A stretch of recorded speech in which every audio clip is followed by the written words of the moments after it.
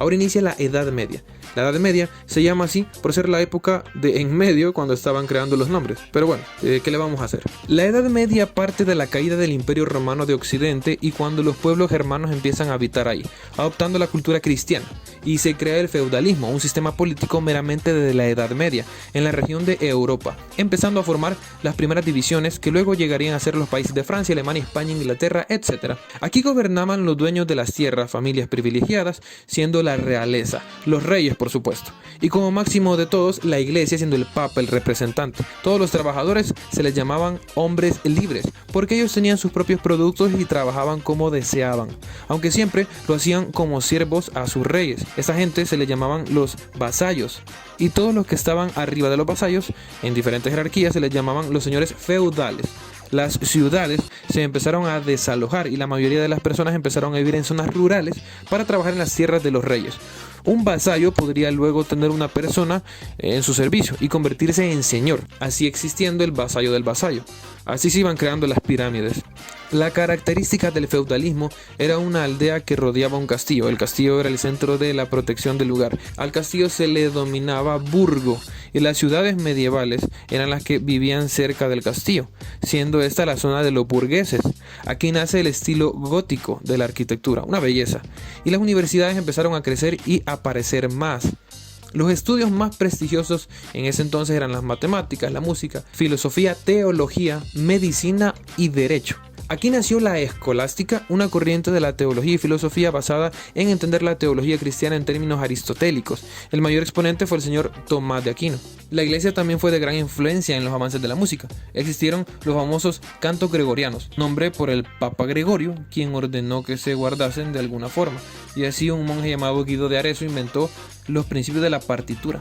En la Edad Media también fue el auge del oscurantismo, ya que al tener control la iglesia no permitía comportamientos ni pensamientos distintos al cristianismo, castigando a todo lo que se consideraba como herejía y ocultando información importante o que pudiera contradecir las creencias.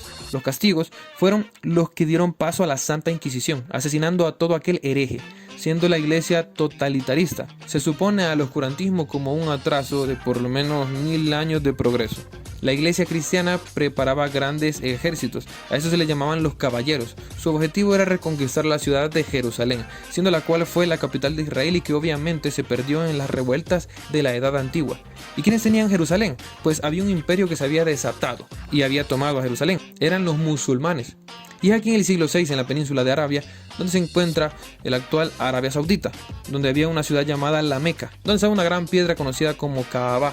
Ahí lo oraban las tribus a sus dioses. Un comerciante de la Meca llamado Mahoma empieza a predicar en estas zonas, dando origen al Islam, tomando de referencia las enseñanzas de Jesús y desechando las de Pablo de Tarso. Si te interesa el tema, puedes ver el video de las religiones de este canal. En vez de decirle a Dios Jehová, se referían a él como Alá, que es el mismo Dios en su idioma. Cuando empiezan a ganar seguidores, esta religión se hace popular y se une al Estado. La Kaaba se convierte en un artefacto sagrado. Mahoma muere en el año 632, pero Arabia ya se había unido. Así todo este movimiento se convierte en un imperio, conquistando varias ciudades y reinados. Una de ellas es Jerusalén, conquistada en el año 638. También conquistan parte del imperio bizantino, toda la zona de Egipto y Persia. Con eso se pasan llevando a Alejandría, donde en su biblioteca aún quedaban algunos textos, pero estos son quemados por ellos.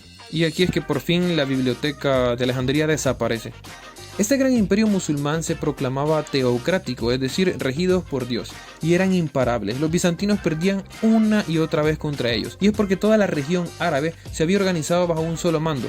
Tenían una gran fuerza, llegando a ser el imperio más grande del momento. Habían conquistado ya parte de Europa. Todo lo que después se convertiría en España era de ellos. En el año 1095, oficialmente la Iglesia Católica le declara la guerra a los musulmanes, con el objetivo de recuperar Jerusalén. Y empiezan las cruzadas.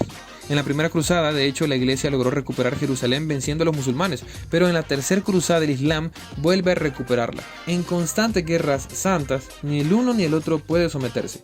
Con lo que no contaba nadie es que iban a aparecer unos guerreros que empezarían a hacer destrozos en todos lados y nadie podía con ellos. En Escandinavia se habían formado los vikingos. Esos de verdad eran unos animales. Desde su mitología ya te podías dar cuenta. Si te interesa puedes ver el video de mitología que te dejo en la descripción. Atacaron el imperio islam en Sevilla, arrasaron a los franceses e ingleses, saqueaban ciudades, secuestraban reyes, y es que no podían contenerlos. Fueron los que descubrieron América, aunque nadie sabe por qué luego se regresaron y no colonizaron nada. Nadie podía con ellos. Los vikingos de la región de Suecia fundan la Rus de Kiev, los inicios de Rusia. Como no podían vencerlos, los cristianos decidieron hablarles de su religión y convertirlos. Claro, tuvieron grandes fallas y los vikingos los masacraron a todos, pero luego lo empezaron a lograr. Leif Erikson, hijo de Erik el Rojo, fue al norte de América, descubriendo esas zonas. Al regresar, un rey cristiano lo convirtió al cristianismo. Fueron los inicios de los vikingos cristianos. Algunos incluso le oraban a Jesús y a Thor al mismo tiempo. Nadie realmente pudo vencer a los vikingos. Solo se diluyeron mayormente con la cultura cristiana. De hecho, la era vikinga fue corta, solo siendo de los 793 años hasta los 1100 aproximadamente. La zona de Hispania, de Al-Andalus, fue reconquistada por los cristianos, ya que era de los musulmanes, dejando la base para que fuera la España actual. Por cierto, a la par de todos estos conflictos estaba activo el gran imperio mongol. Los mongoles eran dirigidos por Genghis Khan, y se dice que este fue el imperio más grande de la historia hasta la fecha, incluso mayor que el de Alejandro Magno y Julio César, y todos los siguientes dictadores o emperadores que vamos a seguir viendo. Luego se iría disolviendo hasta formarse los países que conocemos. Estamos en el año 1346 y aparece una de las peores pandemias de la historia, la peste negra o peste bubónica, sin distinguir entre ricos y pobres. Su origen era una bacteria de las ratas, las cuales, al ser picadas por las pulgas, estas pulgas también contenían el virus y lo esparcían a los humanos. Pero muchos decían que era problema del aire, o por la alineación de los planetas, o por fallas geológicas, liberando gases tóxicos, o simplemente era un castigo divino a la humanidad. O sea que en la frustración la gente realmente no sabía qué estaba pasando. Las personas, después de presentar síntomas, solo vivían entre 3 a 5 días. Algunas partes del cuerpo se volvían color negro, de ahí viene el nombre de peste negra. Se sabe que el origen fue en China, donde mató a millones. Luego llegó a arrasar con Europa. Los puertos empezaban a ser estrictos y dejaban a las personas visitantes 40 días esperando para ver si presentaban síntomas. Aquí se inventó la cuarentena, por los 40 días. Los doctores tenían vestiduras para no contaminarse. Muchos creían que era el fin del mundo. En París, Francia, se dice que se enterraban hasta 500 personas al día, y la peste se cobró aproximadamente el 40% de toda la población de Europa. Este suceso afectó de gran manera el feudalismo. La falta de personas hizo que hubiera poca mano de obra, por lo que los sueldos aumentaron. Los granjeros pobres empezaron a crecer económicamente. Muchos otros regresaron a vivir a las ciudades luego de sobrevivir a la plaga. Los señores feudales trataron de detener esto, pero solo consiguieron molestar al pueblo. Por ello todo empezó a cambiar y la iglesia empezó a perder el poder, ya que todo empezó a enfocarse en los reyes, quienes fueron los que se acoplaron mejor a las nuevas exigencias. El centro dejaba de ser la iglesia, es decir, Dios, y el centro se estaba volviendo el hombre. Esto da paso a que la sociedad empieza a renacer, a volver a surgir, y esta etapa se le conoce como el Renacimiento. A pesar de que la ciencia se había frenado, habían algunos avances, como por ejemplo la teoría heliocéntrica. Todos decían que los astros giraban en torno a la Tierra, pero el señor Nicolás Copérnico había descubierto que no, que giramos en torno al Sol. Esta teoría no la publicó por miedo a la Santa Inquisición, hasta muchos años después. Los reinos que ya estaban deseaban expandir sus territorios, y en vez de conquistarse entre sí, empezaron a conquistar otras zonas. Portugal, por ejemplo, fue a África. Fueron los pioneros en uno de los grandes errores de la humanidad, la esclavitud de africanos. España también se uniría a la fiesta, pero ellos querían llegar a la India. Cristóbal Colón fue quien presentó el proyecto. Fue innovador, pues él proponía que en vez de rodear toda Europa podría partir hacia el lado contrario y llegaría a la India más fácil, pues Colón sabía que la Tierra era esférica, sin saber claro que existía América. El 3 de agosto de 1492, Colón parte en su aventura, y el 12 de octubre del mismo año se topa con una isla que no se sabe con exactitud cuál era.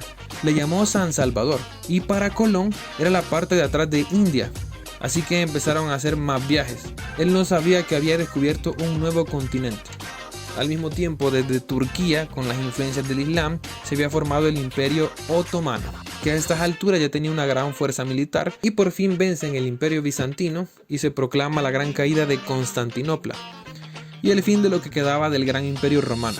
Por cierto, ahí estaba la iglesia más grande del cristianismo, la iglesia de Santa Sofía, que al ser conquistada por los musulmanes se convirtió en una mezquita para adorar a Alá. Además le cambiaron el nombre a Constantinopla, le pusieron Estambul, que significa ciudad del Islam. El líder del Imperio Otomano se le llamaba el Sultán, que es el equivalente al monarca, siempre tendría que estar por debajo del líder supremo religioso, llamado califa, quien es el sucesor de Mahoma. El problema es que para ese entonces el Islam ya se había dividido por diferencias religiosas con respecto al califa. Existían los musulmanes chiitas y sunitas, cada uno con un líder diferente. Si te interesa puedes ver el video de las religiones. El punto aquí es que el Imperio Otomano era de los sunitas. Al mismo tiempo de todo esto, estaba cesando por fin una guerra conocida como la Guerra de los 100 años por el Imperio francés contra el inglés, obviamente por terrenos, y donde una de las figuras más importantes fue la militar Juana de Arco, también conocida como la doncella de Orleans, que alentó al Imperio francés a resistir a pesar de sus momentos de crisis y vencer. Gran importancia de esta historia es cuando Juana es capturada y asesinada por la hoguera, o sea, fue calcinada, y esto motivó a los franceses a considerarla como mártir. Todo esto es de gran importancia para el reparto de terrenos actual de Inglaterra y Francia. Además, Juana de Arco llegaría a ser canonizada por la Iglesia Católica en posteriores años. Con el cese de esta guerra, los inicios del descubrimiento de América, la caída de Constantinopla, el ascenso del Imperio Otomano y el cambio cultural por la peste negra, la Edad Media termina y empieza la Edad Moderna. Este fue un extracto del video completo sobre esta temática. Si te interesa verlo y aprender más, tendrás el link en la descripción.